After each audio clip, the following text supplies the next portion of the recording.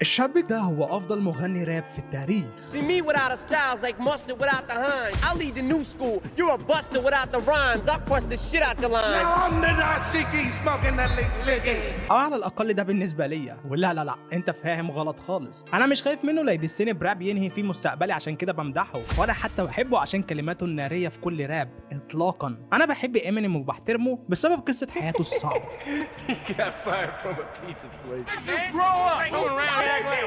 كم العنصرية اللي تعرض لها وكم الضغوطات النفسية تخليك فعلا ان انت تبص له بعين الاعتبار وتحترمه. لما كنت ببص لإمينيم زمان كنت بستغربه، هو الراجل ده ليه طول الوقت وشه صامت كده؟ ليه ما شفتهوش ولا مرة بيبتسم؟ وهنا قلت ده مش شيء طبيعي، في حاجة انا معرفهاش عنه، واتضح ان كنت صح.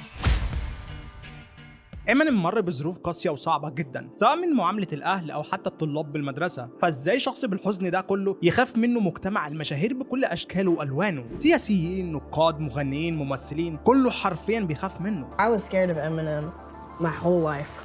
Always. Dude, terrified.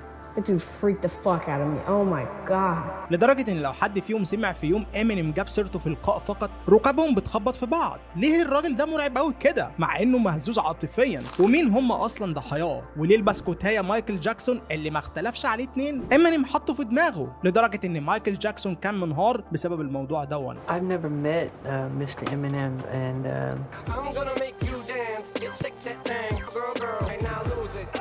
I've always admired him, and to have him do something like that, pretty painful as an artist to another artist. فايه قصه الراجل ده بالظبط؟ هقول لك الله ينور عليك، هو ده الكلام المهم. فخليني النهارده اعرفك مين هو المرعب إمينيم. اولا اكيد سالت نفسك في يوم هو ليه اسمه إمينيم اصلا، وايه معنى الاسم؟ ده هيرجعنا لاسمه الحقيقي واللي يبقى مارشال بروس ماذرز الثيرد. في بدايه مسيره إمينيم الغنائيه كان عامل اختصار لاسمه واللي كان M&M يعني مارشال ماذر، لكن مع الوقت طور الاسم عشان يكون مختصر اكتر ويكون ملفت وخلاه إمينيم يعني M&M. عايز اقول لك ان إمينيم ذكي جدا لانه تلاعب بالالفاظ عشان يوصل لاسم قريب من إمينيت، بمعنى انه الشخص البارز يعني، ولكن اختار الاسم بشكل محترم ولبق عشان محدش يقول عنه مغرور. في النهايه يعني الراجل اختار اول حرفين من اسمه، وكده انت عرفت قصه الاسم. طب مين بقى إمينيم في سياق اخر؟ مين هو مارشال؟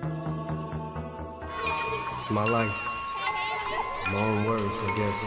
ده رجعنا لسنة 1972 واللي اتولد فيها إمينيم تحديدا 17 أكتوبر، واللي ولد في مدينة اسمها سانت جوزيف بالولاية الأمريكية ميزوري. عشان ما ادخلش في تفاصيل عائلته الطويلة قوي واللي شرحها يوتيوبر كتير، خليني اختصرها عليك واقول لك ان امه اتبهدلت مع والده واللي يبقى بروس ماذرز الثيرد. الام واللي تبقى ديبي اتعرفت على الاب بروس وهي عمرها 14 سنة، وابوه كان عمره في الوقت ده 18 سنة، وجه إمينيم للدنيا وامه عندها 17 سنة فقط، وكادت امه ان تموت لحظة الولادة لكنها نجت. العلاقة بين إمينيم وابوه ما كانتش حلوة لانه تركهم بعد ولادته بفترة صغيرة جدا، والشيء ده خلى إمينيم يتجاهله تماما لحد ما مات وعمره 67 سنة بعد 2019. واما علاقته بامه فكانت برضه متوترة، لكن تظل امه اللي ربته وفضلت جنبه. مشكلتها بس انها كانت صغيرة وكانت كل شوية تتعرف على حبيب جديد، وطبعا غير الادمان وإمينيم اللي كان في النص صعبان عليه امه وحياتهم، وفضلت علاقتهم متوترة جدا. ولكن الاصعب انه ما كانش بيواجه توتر بالمنزل فقط، بل حتى بالحي والمدرسة وفي كل شيء، لان الراجل بيتم العنصرية معاه بسبب انه الرابر ابيض.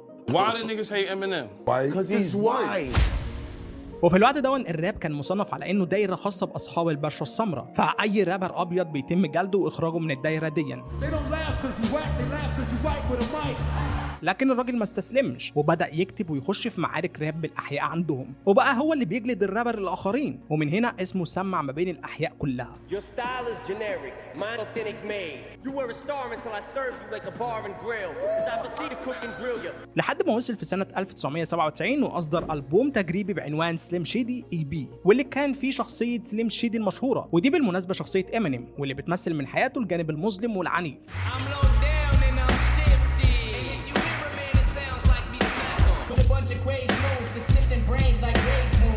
هنا الالبوم وصل للمنتج الاسطوري دكتور دري مؤسس افتر ماس ريكوردز. الراجل عجبه جدا اداؤه وقال لك بس هو ده هاتهولي حالا، ومن هنا اتبناه موسيقيا. والانطلاقه لإمينيم كانت بعام 1999 لما اصدر البومه الشهير ذا سليم شيدي، بس مش EP ولكن LP. والالبوم حقق نجاح غير مسبوق، ده غير حصوله على جائزه جرامي. هنا الناس انصدمت لان اسلوب امينيم مختلف، شافوا انه في اسلوب السخريه والعدوانيه في كلماته وحتى حركاته وحبوه جدا. وفعلا الراجل غير الراب تماما في امريكا. حضرتك هتقول لي غيره ازاي؟ بس امينيم راح ولا جه هيفضل امينيم، وفي اعظم منه عندك توباك، ليل واين وجي زي. فليه الراجل ده واخد الضجه دي كلها؟ ليه بتقولوا انه غير الراب؟ هقول لك هو ده السؤال المهم، وتعالى بقى اعرفك غير الراب ازاي. بعد ما الالبوم بتاعه كسر الدنيا في 1999 وصولا لحد 2002 الناس شافته شاعر وكاتب عظيم جدا. راح نازل عليهم في نفس سنه 2002 بالفيلم اللي غير القاعده 80 مايل، واللي كان بيحكي قصه امينيم ورحله صعوده، لا وكان بيحكي قصته المتوتره بامه. الفيلم نزل فيه اغنيه لوز يور سيلف، واللي بالمناسبه اخذت اوسكار لافضل اغنيه اصليه. وهو ده سبب تغيره للعبه، انه مش بيكتب قصص وهميه او خياليه، الراجل بيخاطب الناس باللي بيحصل له في حياته، بيخاطب الناس ان امه كانت مدمنه وحياتهم غير مستقره. الراجل نشر غسيله الوسخ كله وقال لك تعالى شوف معاناتي. فالراجل غير اللعبه فعلا، لان احنا كمجتمع راب بنهاجم بعض في الديس تراك بتاعنا بفضايحنا، لكن امينيم نشر غسيله الوسخ كله من قبل ما حد يمسكه عليه. يعني كل شيء انت كرابر تعرفه عني الناس برضو تعرفه زيك، وده فاده جدا، لان مفيش رابر يقدر يجلد امينيم بشيء مش معروف عند الناس. ويعتبر كده هو لسه ما غيرش اللعبه بشكل كامل، لان امينيم بعد فيلمه اختفى تماما من الساحه، وده طبعا لانه دخل في سكه الادمان وبعد تماما فتره بعد نجاحه. لكن رجع بالبوماته تاني اللي كسرت الدنيا زي ريكفري في 2010 او التعافي يعني، وفي 2018 نزل بكاماكازي واللي برضه كسرت الدنيا، وفي 2020 نزل بميوزك تو بي ميردرد باي. كان بيشتكي من اوجاعه وامراضه النفسيه اللي مر بيها، ادمان وكل حاجه، فده الشيء اللي الناس حبته فيه، شافوه صادق وكلماته مؤثره جدا وكمان معقده. ده غير انه كان ما بيخافش من اي حد، بيطلع يفضح اي مغني ممكن يكون شاكك فيه، فده برضه حبب الناس فيه. حضرتك هتقول لي برضه ليه حياته كانت صعبه؟ فهمني اكتر، ايه اللي الراجل دون شافه صعب غير معامله اهله الوحشه معاه؟ هقول لك ان امينيم غير علاقته المتوتره بامه او والده اللي سابهم، فهو تعرض للتنمر من ناس كتيره حواليه، لدرجه ان في واحد ضربه وهو صغير وخلاه يغيب عن الوعي لمده 10 ايام تقريبا. تاني حاجه الراجل دون فقد صديق عمره. امينيم كان عنده صديق بالمناسبه اسمه روني، وده ما كانش صديقه بل كان ابن خالته، يعني زي الاخوات ومتربيين مع بعض. ده غير ان روني هو اللي عرف امينيم على موسيقى الراب ودعمه كمان، وكان اكبر مشجعيه، وكان دايما بيقول له كمل واكتب وسجل، انا معاك، انا في ظهرك ما تقلقش. لحد ما في سنه 1991 روني انت اكيد عرفت هو عمل في نفسه ايه، وانا بقول لك من هنا لا للانتحار، ما تخسرش نفسك. هنا تحولت حياه امينيم 180 درجه، الراجل الدنيا اسودت في عينه، اقرب شخص ليه مات، اللي بيشجعه وشايف معاه مرار حياته كلها مات، اللي كان في ظهره وبيسنده مات، وكل ده وامينيم عنده 19 سنه، سن مراهقه عزيزي المشاهد، سن بيتشكل فيه الشيب بتاع حياتك كلها على وشك. عشان كده امينيم وشه طول الوقت مكشر، ما بيبتسمش، الراجل ما شافش يوم عدل. اليوم العدل الوحيد في حياته هو يوم ولادة بنته هيلي. Like, she's all I got in this world. Like, really, if everything ended tomorrow, she's all that I have. فهل تفتكر الموضوع وقف عند روني؟ اطلاقا عزيزي المشاهد، لان امينيم كان له صديق اخر اسمه بروف، واللي مات بعام 2006. اتقتل عزيزي المشاهد بسبب شجار بينه وبين عصابه في مالها ليلي بديترويت. هنا اطلقوا عليه وارسلوه للبرزخ وما بعدها. Proof. He was a godsend to me. I know that I would not have made it without knowing him. امينيم هنا اتشتت وانصدم، صديقه والداعم ليه واحد مؤسسي فرقه الدي 12 مات، فما كان من امينيم الا انه انضر نفسيا وابتعد فتره، وبالمناسبه هي دي فتره الادمان بتاعته. My name is Shady. His name is Proof. Yo. فالراجل كل ما كان حياته بتتظبط بترجع تبوس تاني، ولكن كل ما كان بيرجع بكتابات عظيمه. قلمه كان ساحر، كان بيرجع للناس بكتابات بيقول لهم فيها شوفوا همومي قد ايه، شوفوا انا كنت في ايه وبقيت في ايه، شوفوا وصلت للادمان ازاي وخرجت منه ازاي. فهل الناس تمل منه ومن كتر شكوته؟ اطلاقا عزيزي المشاهد، وده بالمناسبه كان راي ويل سميث فيه لما قال انه كتير الشكوى وكل اغانيه الم ومعاناه، لحد ما امينيم اداله على عينه، وده على فكره احد ضحاياه هنجيله قدام. من ضمن الاشياء كمان اللي حصلت له ان امه ديبي رفعت عليه قضيه في عام 1999 بدايه نجاحه، لا وطلبت منه 10 مليون دولار. طب ليه؟ ده ابنك. قالت لك لانه اهني في الالبوم بتاعه سليم شيدي، مع ان الراجل كان بيحكي معاناته فقط، وان والدته مدمنه وكل يوم براجل جديد، الا انها رفعت عليه قضيه، بس ده ما خلاهوش يكرهها على فكره، بل صالحها وطيب خاطرها لانها في النهايه امه، بل اعترف كمان انه كان مشتت ذهنيا ومش في حالته النفسيه السليمه، وانه طبعا بيحب امه بعد كل حاجه. فانت هتسالني دلوقتي معقوله كل الاشياء دي صنفت امينيم على انه غير اللعبه؟ اقول لك مش بالظبط كده، كل اللي حكيته لسيادتك ما هو الا 50% من تغيير اللعبه. هتقولي امال ازاي غير اللعبه بشكل كامل؟ هقول لك ان ده هو الشابتر الثاني من الفيديو، واللي بيتمحور حول عدد ضحايا امينيم بالراب، عدد المرعوبين من امينيم بالعالم. الراجل ده بيسمى هناك بالرابر القاتل، بينهي اي مسيره مهنيه في ديس تراك واحد. جمهوره سفاح عزيزي المشاهد، اللي امينيم بيغضب عليه بس جمهوره كان بيهينه في الرايحه وفي الجايه، وبيصوروا فيديوهات وبيبعتوها لامينيم عشان ينزلها على الستوري بتاعه. امينيم هو الابن والاب والرابر والمنتج اللي عمرك ما تتمنى تخش معاه في خناقه راب خالص، لانه فعليا هينهي مستقبلك. ولكن ازاي؟ وليه كل دول بيخافوا منه مع ان ليهم شعبيه كبيره للدرجه دي؟ امينيم راعبهم. Hip hop is black music, without question.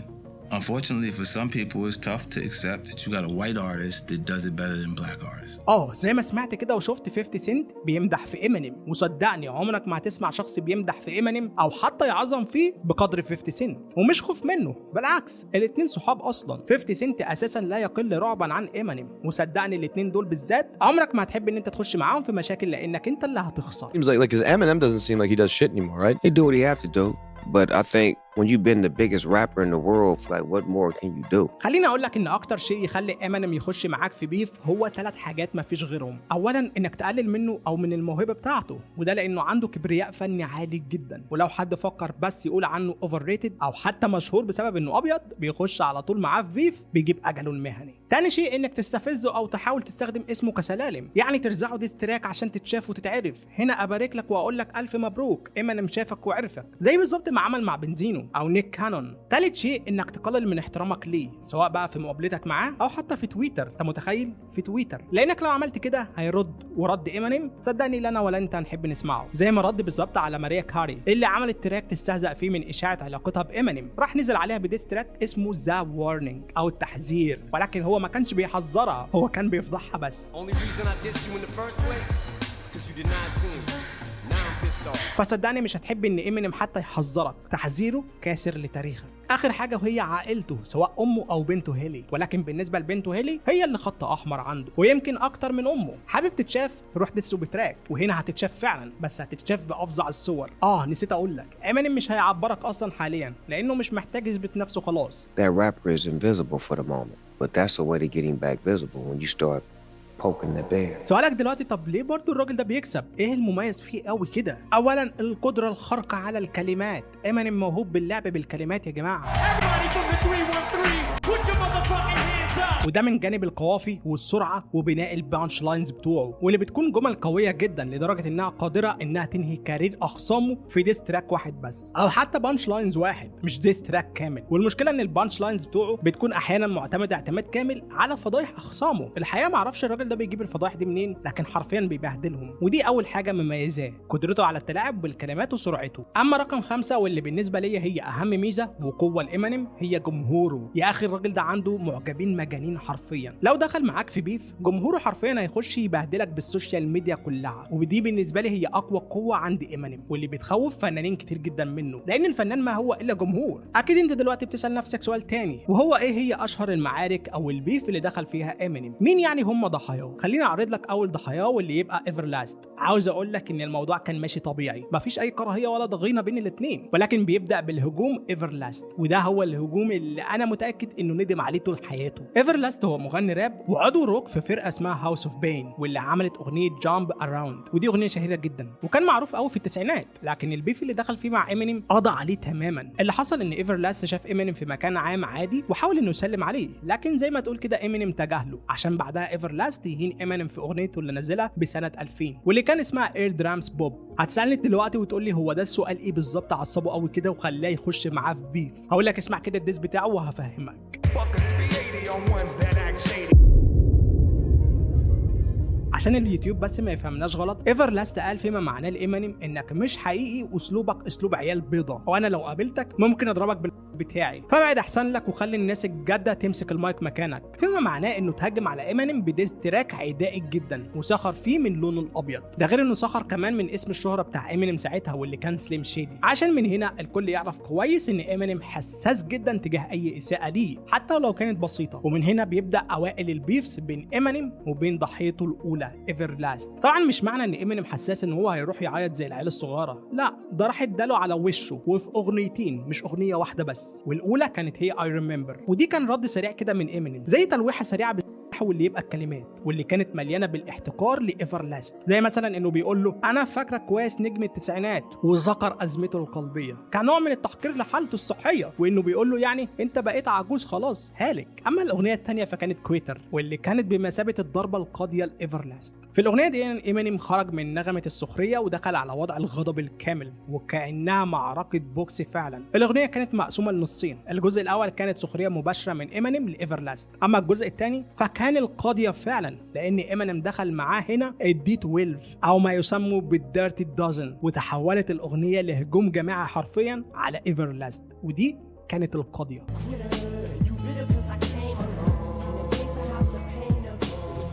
اهانوه وداسوا على فرقته القديمه هاوس اوف بين، وداسوا كمان حتى على رجولته. عاوز اقول لك ان اللي خلى الرد ده قاتل فعلا هو لان امينيم استخدم فعليا معلومات شخصيه لايفرلاست زي ازمته القلبيه وتاريخه الفني، وداس كمان على رجولته، وجاب كمان فرقته اللي اسسها واللي اسمها دي 12 وداسوا كلهم، والنتيجه كانت ان ايفرلاست ما قدرش يرد تاني خالص، ومن هنا فقد مصداقيته في الساحه، ومسيرته الرابريه انهارت بعد الاغنيه دي، وتحول لفنان بلوز روك وخرج تقريبا من عالم الهيب هوب تماما. عارفين الاغنيه كانت كويتر وهي كويتر فعلا. اكيد انت بتسال دلوقتي عن ويل سميث، ايه اللي بينهم وليه حصل بينهم مشاده اصلا كلاميه؟ هقول لك ان ويل سميث كان مغني راب اصلا مش ممثل، وكان مشهور جدا بمجتمع الراب. بقول لك مجتمع الراب كان لاصحاب البشره السمراء فقط، لحد ما ظهر على الساحه امينيم، واللي ويل سميث بالمناسبه اعجب بيه وقال له هتكون يا ابني لك مستقبل كبير جدا، لحد ما تنافسوا الاثنين على جائزه MTV فيديو ميوزك اووردز لسنه 1999. وبالمناسبه اللي اخدها كان ويل سميث مش امينيم. بس هل عزيزي المشاهد ويل سميث يسكت؟ لا طبعا، طلع وخد الجائزه وقال لك ان مش محتاج اهاجم حد في الراب بتاعي، ومش محتاج اهين اي حد، ومش محتاج اكون رابر قاتل بكلماتي عشان اخد الجايزه دي النهارده. انا عمري ما استخدمت كلمات بذيئه في اغانيه ومع ذلك قدرت اخد الجايزه. بالبلدي كده بيلقح على امينيم بالكلام، بل بيلقح على كل رابر بيستخدم الفاظ بذيئه في اغانيه، لانه ما ذكرش امينيم بشكل صريح، ولكن كان واضح ان هو قاصد امينيم لانه كان بينافسه على الجايزه دي. حتى انا عايز اقول لك ان امينيم كده كده خدها على صدره ونططها على رجله وحطها في مرمى ويل سميث، لانه رد عليه فعلا في اغنيه ذا ريل سليم شيدي واللي نزلت بسنه 2000.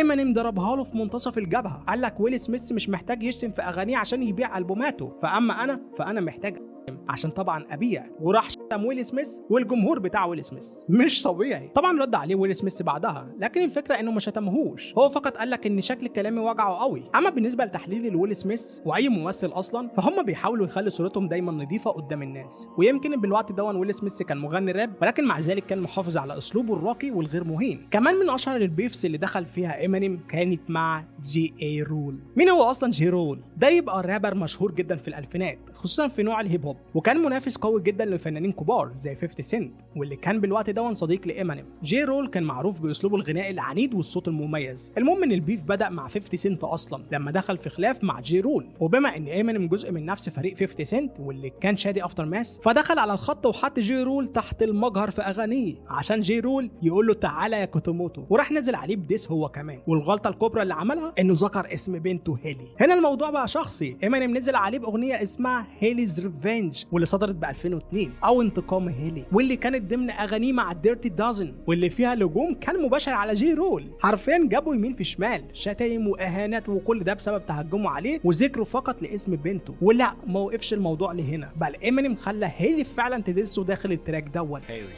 what do you want to be when you grow up, baby?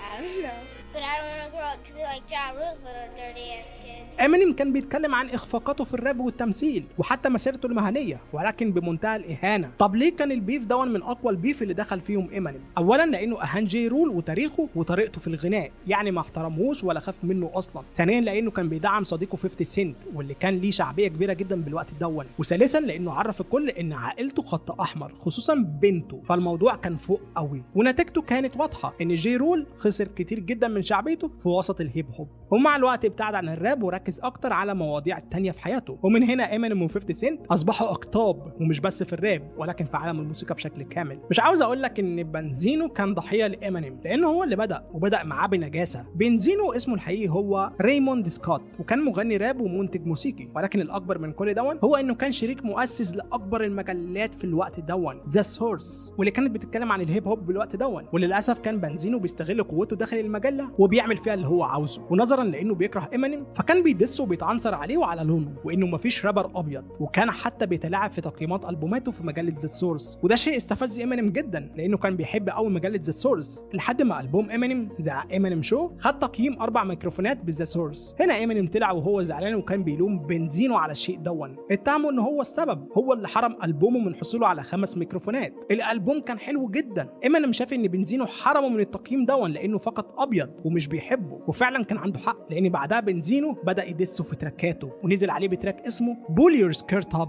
او ارفع تنورتك. طبعا بالاغنيه دي استخدم اتهامات عنصريه تجاه امينيم، وحقر من مستواه، وقال انه مغني مصطنع مش حقيقي، في محاوله منه لتدمير شعبيه امينيم. طبعا امينيم ما سكتش، ونزل عليه بالاغنيه الاولى وهي انفيجن، وبعدها نزل عليه بذا سورس، وبعدها نزل كمان بنيل ان ذا كوفن او مسمار في النعش، عشان بعدها بنزينو ينزل عليه بديس تراك اسمه داي انذر داي، واللي حكت فيها امينيم وبنته، عشان يغضب عليه هنا امينيم وينزل عليه بجوت سليب. بنزينو هنا قال لك لا، الواد دون كده مش هيجيبها البر، وبدا يتهم امينيم بالعنصريه، لان امينيم كان منزل تراك قديم اسمه فوليش برايد، واللي كان بيتعنصر فيه على البنات السمر. Benzino and Maze announced they would be playing a tape of Eminem rapping racist lyrics. We can say that and if that's who he is, that he has to be held accountable for that. طبعا الشيء ده خلى الدنيا تقوم ما تقعدش، كلها اتقلبت على امينيم، لكنه طلع واعتذر وقال انه التراك دون كان كاتبه اصلا وهو عنده 15 سنه، والسبب في كده انه انفصل عن حبيبته السمراء، فعمل التراك دون انتقاما منها، ولكن طلع واعتذر. وتخيل ايه اللي حصل؟ هل امينيم اتكنسل؟ بالعكس، مجتمع الهيب هوب كله قبل اعتذاره، وده اللي ما كانش يتخيله بنزينو، واتقلبت الترابيزه كلها عليه، بل حتى خرج امينيم هو الكسبان في البيف دون. بنزينو خسر كل شيء، حتى انه انطرد من مجله ذا سورس. came into the industry figuring that hey I gotta be cool with Eminem because everybody's against my dad. ومن هنا امينيم زادت شعبيته ومحبه الناس ليه اكتر واكتر. يا اخي الادهش من كده ان زاد خوف الفنانين منه جدا، الراجل مهما بيعمل الناس بتحبه جدا، فما ينفعش نخش معاه في اي مشاكل. وطبعا في كتير وكتير من الضحايا والبيفز اللي دخل فيهم امينيم، لكن نكتفي بهذا القدر. لو تحبوا حلقه اخرى عن باقي المعارك بتاعت امينيم خصوصا مع مايكل جاكسون فعرفونا في الكومنتس تحت وورونا الدعم. وبس اتمنى تكون عجبتكم الحلقه دي، واشوفكم ان شاء الله بحلقه جديده. سلام.